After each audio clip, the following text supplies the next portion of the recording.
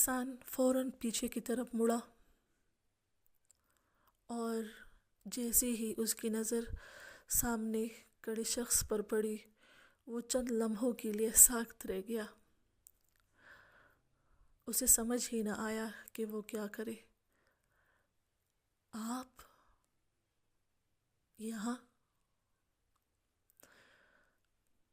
یہاں پر episode number 4 ختم ہوتا ہے۔ اگر پسند آیا ہو تو چینل کو سبسکرائب کریں اور لائک کا بٹن دبانا مت بھولیں۔ شکریہ۔